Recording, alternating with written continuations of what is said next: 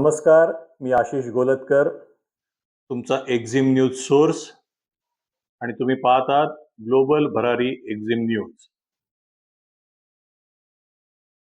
चला तर सुरू करूया आजच्या ताज्या आणि महत्त्वाच्या बातम्या. रुपयाच्या हालचालींवर सरकारची बारीक नजर. फायनान्स मिनिस्टरने स्पष्ट केलंय की सरकार भारतीय रुपयांच्या हालचालीवर कडक नजर ठेवून आहे. एकतर डॉलर समोर रुपया कमकुवत होत आहे आणि चिंतेचं कारण म्हणजे इतर काही जागतिक चलनांमध्ये अशीच प्रवृत्ती दिसून येत आहे. एक्सपोर्टर्ससाठी हे महत्त्वाचं आहे. अचानक चलनातील तफावत कोटेशन्स आणि प्राइसिंगवर प्रभाव पाडू शकते. एससीओ मध्ये भारताने निषेध नोंदवला. एससीओ व्यापार मंत्र्यांच्या बैठकीत भारताने स्पष्ट निदर्शनात आणलं की निर्यात उपायांचं शस्त्रीकरण करू नये, म्हणजेच जाणीवपूर्वक तुटवडा निर्माण करून बाजाराचा गैरवापर करू नये. हे एक्झिमसाठी महत्त्वाचं आहे, कारण व्यापारात स्थिरता आणि पारदर्शकता नसेल तर सप्लाय चेन विस्कळीत होऊ शकते. इंडिया EFTA मुक्त व्यापार करार FTA 1 ऑक्टोबर पासून लागू होणार. इंडिया आणि European free trade association EFTA मध्ये trade and economic partnership agreement TEPA या मुक्त व्यापार करारावर स्वाक्षरी झाली आहे. हा करार 1 ऑक्टोबर 2025 पासून लागू होणार आहे. यामध्ये $100 बिलियन गुंतवणुकीचे वचन दिले गेले आहे. 10 वर्षात $50 बिलियन आणि पुढील 5 वर्षात आणखी $50 बिलियन अशा प्रकारे ही गुंतवणूक केली जाणार आहे.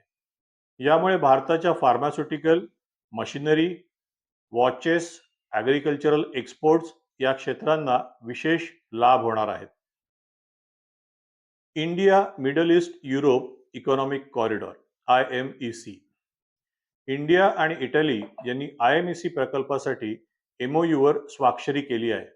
यश कॉरिडॉर मेडिटेरेनियन मार्गे भारताला युरोप आणि मध्य पूर्वात जोडणार असून पारंपरिक सुएझ कॅनल मार्गापेक्षा जलद आणि जास्त विश्वासार्ह असणार आहे.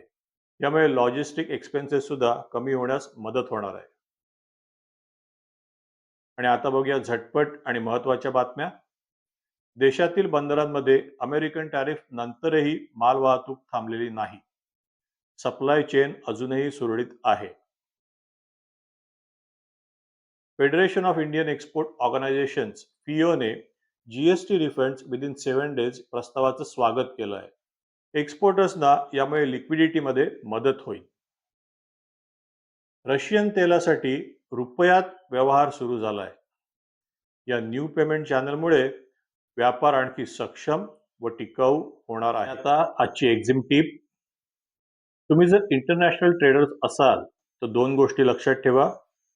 एक, चलन व्हॉलॅटिलिटीसाठी फॉरवर्ड लुकिंग प्राइसिंग कॉन्ट्रॅक्ट्स ठेवा आणि GST रिफंड प्रोसेस 7 दिवसात होणार असेल तर वर्किंग कॅपिटल ऑप्टिमाइज करायला फॉरवर्ड स्ट्रॅटेजी ठरवून ठेवा.